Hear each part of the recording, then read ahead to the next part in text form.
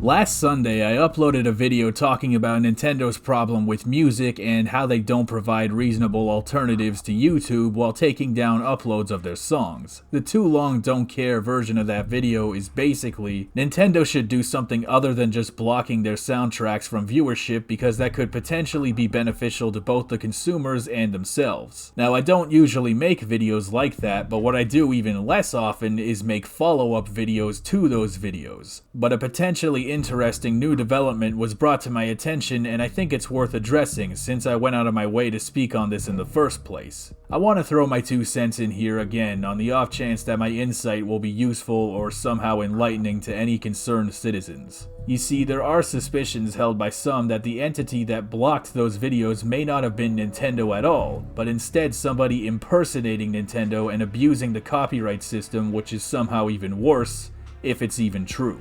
But spoiler alert, I don't actually know if this is true or not, and from what I can tell, very few other people seem to know, even if they think they do. But I want to talk about it because it potentially expands this situation into an entirely different territory vis-a-vis case studies and whatnot. The components of this are compiled in a long Twitter thread that is now all over the place, which I'm going to try and link so you can read it yourself. The key thing is that the details of the blocks, such as the names of the copyright holders, are not consistent with the ones displayed on actual confirmed Nintendo takedowns, like the one they did on that Mario NFT game from a while back. Now, what you have to understand is that there's still a lot of confusion and information/misinformation spaghetti all over the place. There are a lot of confident assumptions and declarations that haven't necessarily been adequately tested and worked out, so it's not easy to know what exactly is going on here and why, and what parts are real and what parts are bullshit. Even the maker of the thread admits that this isn't necessarily 100% true either, as much as it is a suspicion, and there is some debate over whether or not it really is a fake Nintendo on the grounds that it's supposedly really difficult to get qualified by YouTube to have the authority to enact manual content ID claims on that scale, as per this specific thread by somebody who lists a bunch of qualifications of their own. Without having that prerequisite knowledge on hand myself, my instinct is to take what they're saying seriously. But I also believe that no system is infallible, and even with strict criteria, there are still things that slip through the cracks, but this person seems to believe that such a thing is very highly unlikely. It is worth noting that there are a lot of people adding to this conversation with their own anecdotes and assertions, but a lot of them aren't necessarily backed by sources or evidence, so if you choose to do your own digging, you would do well to keep that in mind. On the other hand, I don't know what somebody impersonating Nintendo stands to gain from blocking content that isn't theirs, considering that they aren't monetizing it either. The same way I didn't understand why Nintendo would even block it back when the story was nothing more than just Nintendo was blocking music. But even Nintendo blocking it seems to make more sense to me than a random person or organization blocking it for no reason.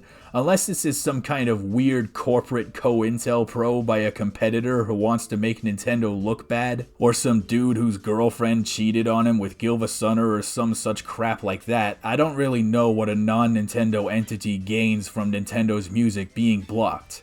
I want to reiterate also that much like the original video, I'm not speaking from a place of expertise. I'm speaking as a concerned citizen who listens to and uses Nintendo music a whole bunch, and as someone who knows people who do the same, which is to say that this kind of thing could affect us by proxy. What I will say is that if what this thread is outlining is actually true, which again, it very well may not be, but if it is, then this isn't a Nintendo problem anymore.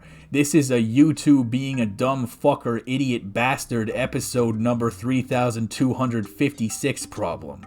And the worst part about it is that both of those situations in all of their stupidity are equally believable to me. Even in the original video, I hinted at the imperfections of the copyright system, so it's almost poetic that this situation would evolve into a discussion about YouTube's copyright system. It's almost like I predicted the future. Ooh.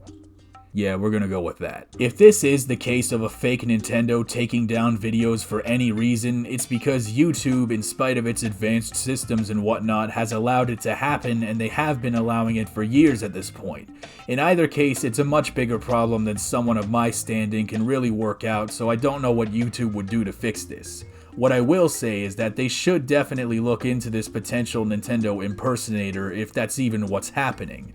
On the other hand, if that's not what's happening, if it really is just Nintendo slapping people around like we thought it was to begin with, then Nintendo needs to stop being a dickhead and give us their music for money, because a lot of us would probably be willing to pay for it somehow. I think the fact that me and many others would dispute the idea of a Nintendo imposter on impulse, the facts of the situation notwithstanding, speaks to Nintendo's public image, because dumb business decisions like blocking music you're not selling anyway, benefiting nobody in the process, sounds exactly like something Nintendo would do. In any case, this is above my pay grade, much like everything else. If you don't believe me, check my social blade. So all I can do is sit back and see how it unfolds.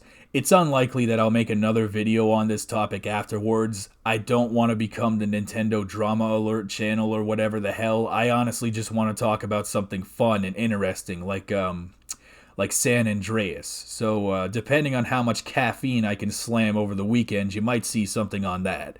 Otherwise, that's all I got. Nintendo, please provide your music, and if you're a Nintendo imposter, stop. I don't know. Alright, so this just showed up as I was finishing this video. The person who made the original thread now believes that it was Nintendo all along after having been presented with more evidence. As I'm recording the tail end of this video, they have since added to the thread explaining that they were very confused themselves, and I must confess, so was I.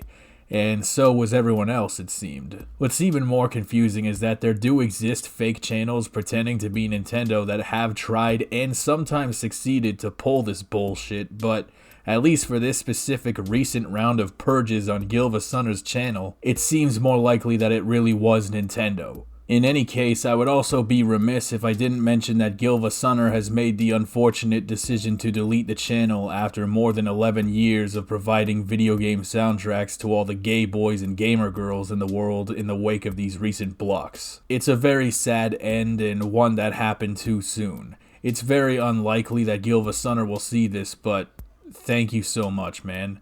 You've made my life easier by providing an easy place to find music that Nintendo continues to refuse putting on their platform, and for that, I can't thank you enough. And I wish you all the best of luck in your future endeavors. Thank you very much, person I don't know.